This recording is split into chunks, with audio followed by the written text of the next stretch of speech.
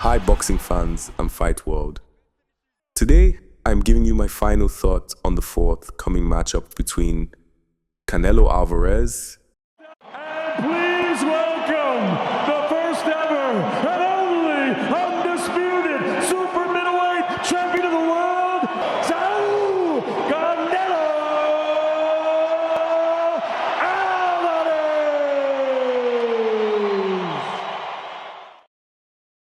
and Terence Crawford. Now we get to see whose arrow this is. Will it be Terence Crawford that favors? We got Canelo, we got Terence Crawford. How do you feel about that, man? Anyone that thinks Crawford has a chance is a complete idiot. Weight classes for a reason. The others say, like, no, that's 2 more weight classes. Like, once he gets touched by Canelo, it's going to be different. I am concerned about him absorbing a Canelo punch, especially through the course of 12 rounds. We do know this about Canelo. He's going to slow down, so I think if anything, Canelo would try to start fast and bang on him and break him down before he gets later, and he still got that kind of steam. But when we talk about all of the components that Terence Crawford has, all of the components that Canelo have, and how we find how they even out and who trumps one another, you know what I mean? We tried to do that with Errol Spence and Terence Crawford, and we see how that panned out, you know what I mean? So Now here's my final thought on the two kings, the two faces of modern boxing. I'll be real with you, my pick has shifted a little. Let's break it down. Looking at Crawford's last fight with Israel Madrimov at 154. I gave you guys instructions. I want to just remind you, please listen and follow my requests at all times. Protect yourself at all times. Fight hard, fight clean. Good luck to both of you. You could see him get touched.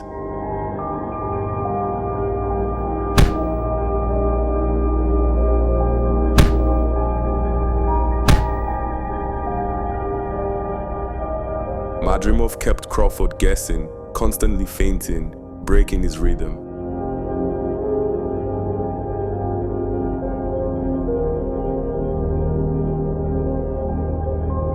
Israel's an awkward guy, feints, rhythm breaks, not really Canelo's style.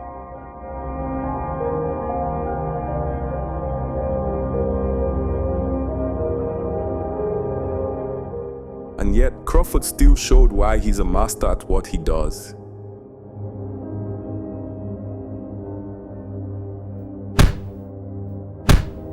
But still, Crawford didn't look untouchable.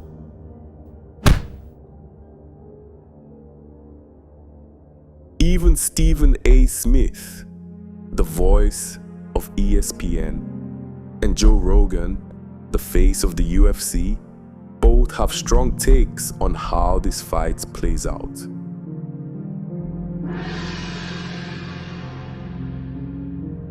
And I think that Crawford is brilliant as a boxer. And I think that between switching to conventional and southpaw, using his jab and movement, I think that Crawford is going to outpoint Canelo because he's faster. Do you think Terence Crawford can beat Canelo Álvarez? Yeah, I think he can win. Okay. I don't know if he's going to win, but I think he can win. So but he's going to have to box a brilliant fight. He wants to move up 3 weight classes, Terence does, and fight Canelo. What do you think of that? For Canelo's undisputed titles. It'll be hard to beat Canelo. He's real basic, but he's a good fighter.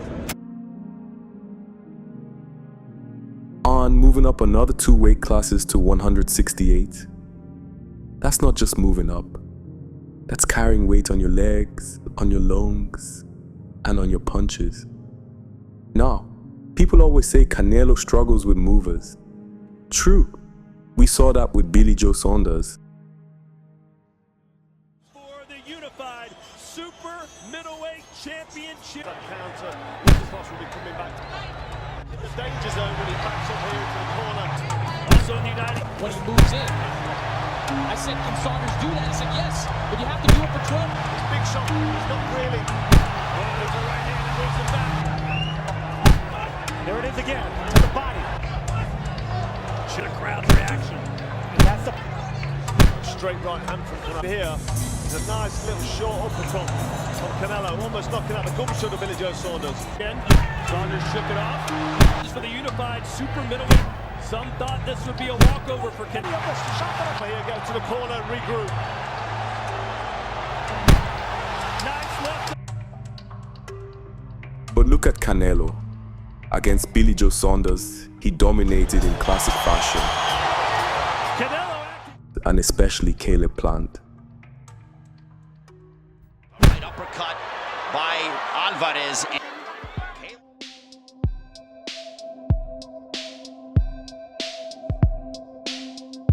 The only time he really got a hit and tag. Big right to the body by Canelo. Canelo Álvarez is one of the hardest hitters in all of boxing. But he's got to stay by Canelo. Big left hook. Plant willing to engage. Looking body by Canelo right on the side of the head of Plant.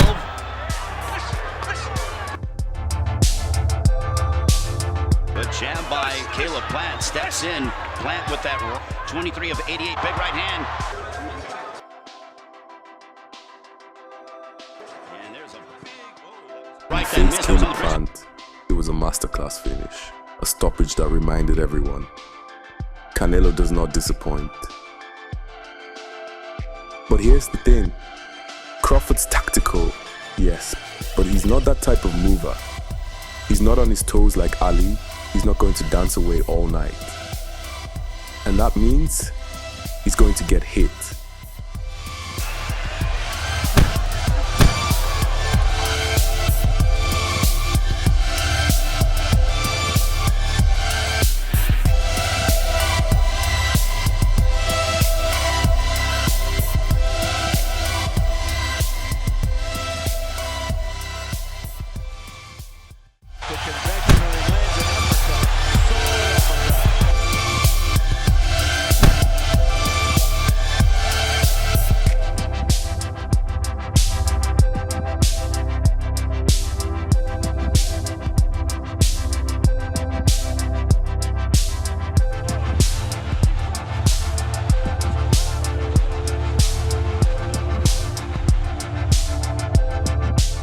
Against Madrimov, Crawford got clipped a few times.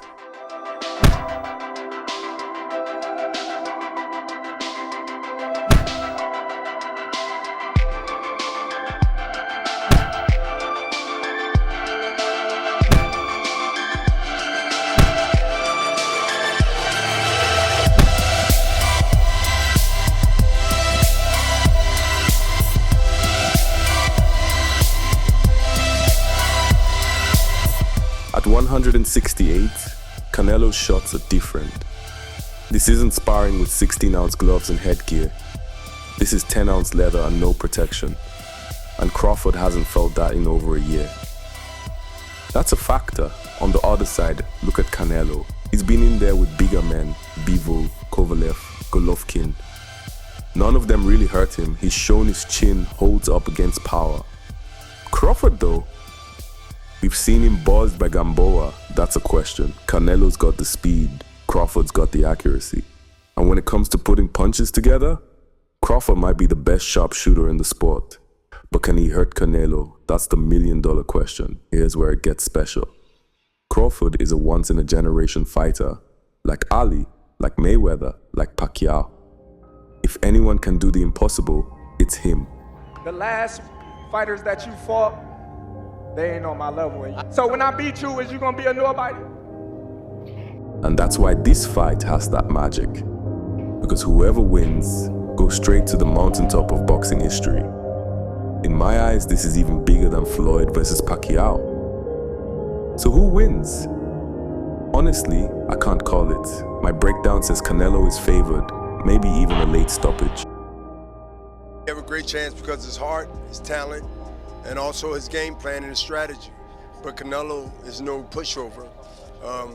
I've watched Canelo for multiple years. Again, the best is fighting the best. And Crawford dared to be great. And this is one of the ways you do it. And you tell the world, watch, Pay attention. But my heart says, if Crawford pulls it off, it's not just a win, it's a victory for the culture. Because Crawford is what boxing is all about.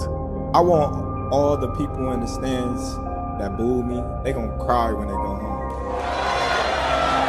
You can believe me, you can doubt me. On September 13th, I assure you I'll be walking away with my hand raised. Drop your thoughts in the comments, and don't forget to subscribe to Stylec Sport. I ain't scared of shit. Stay sharp. Stay Stylec.